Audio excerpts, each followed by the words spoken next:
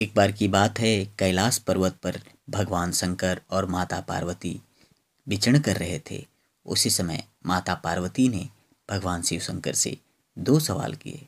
माता का पहला सवाल था कि हे भगवान, आप हमें ये बताइए वो कौन सा कार्य है जो एक पत्नी अपने पति से पहले करना चाहती है।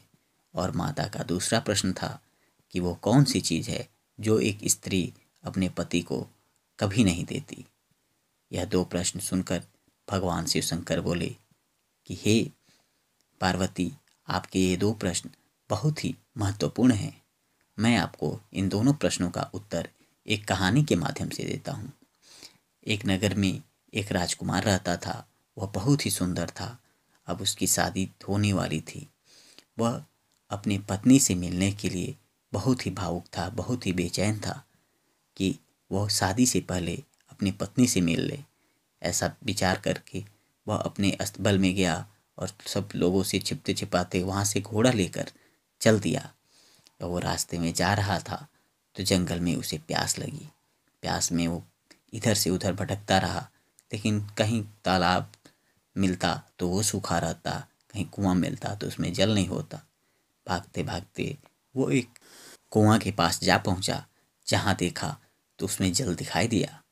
वह उस कुएं से जल निकाला और जल्दी जल्दी उसे पीने लगा। तभी उस कुएं के पास एक झोपड़ी थी। उसमें से निकलकर एक बुढ़िया आई और बोली, बेटा, कहीं आपने इसमें से जल तो नहीं ग्रहण कर लिया। तो उस राजकुमार ने कहा, हाँ माँ, मैंने तो इसमें से जल पी लिया है। मुझे जोर की प्यास लगी थी और मैं बहुत सारा जल इसमें से लेकर पी लिया हूँ।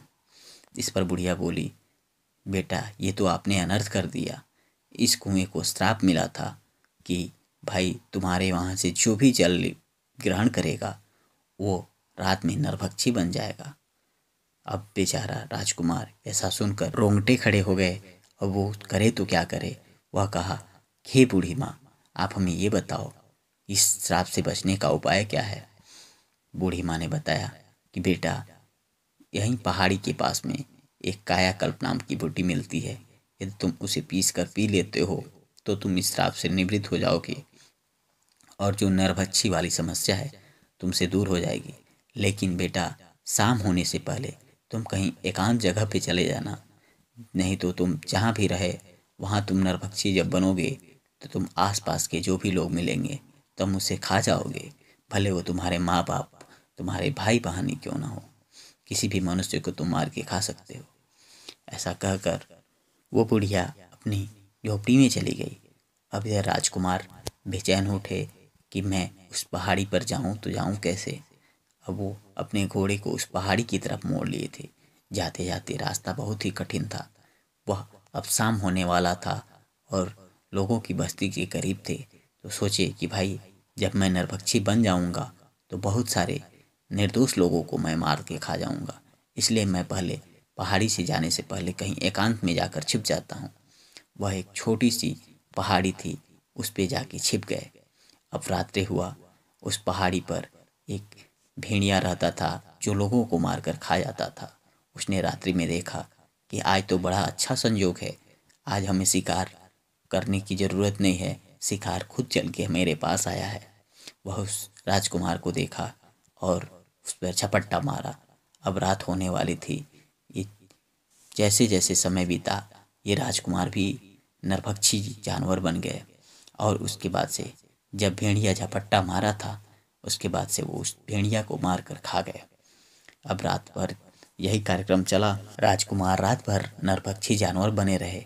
सुबह हुआ तो फिर वो वापस राजकुमार के वेश में आ गए और उस पहाड़ी से उतरकर जाने लगे बड़ी पहाड़ी की तरफ।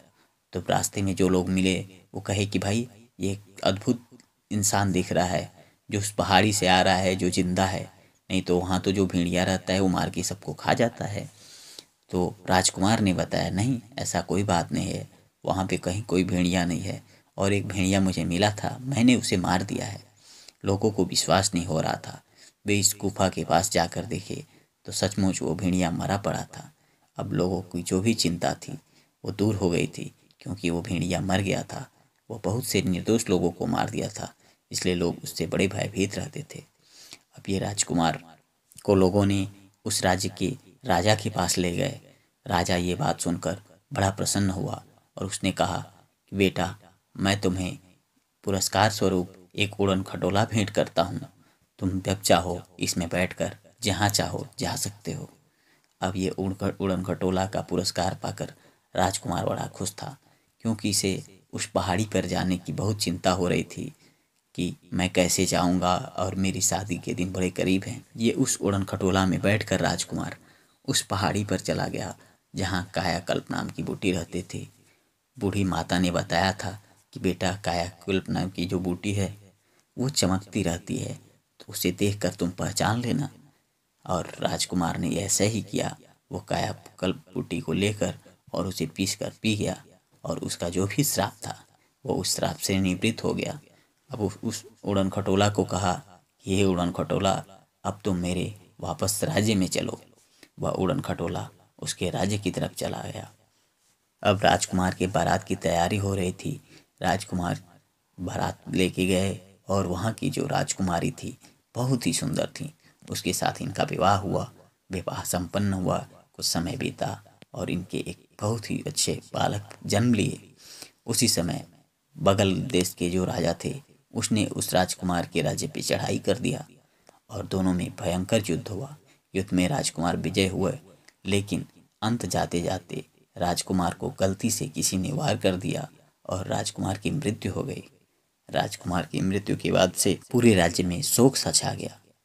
इस पर माता पार्वती बोली कि हे भगवान, आपने हमें हमारे प्रश्नों के उत्तर नहीं दिए कि वे कौन से कार्य हैं जो एक पत्नी अपने पति से पहले करना चाहती है, और वे कौन से कार्य हैं जो एक पत्नी कभी भी अपने पति।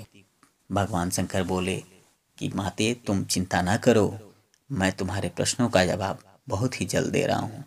तुम थोड़ी देर और सब्र करो, अब तुम्हारे प्रश्न के जवाब मिलने वाले हैं।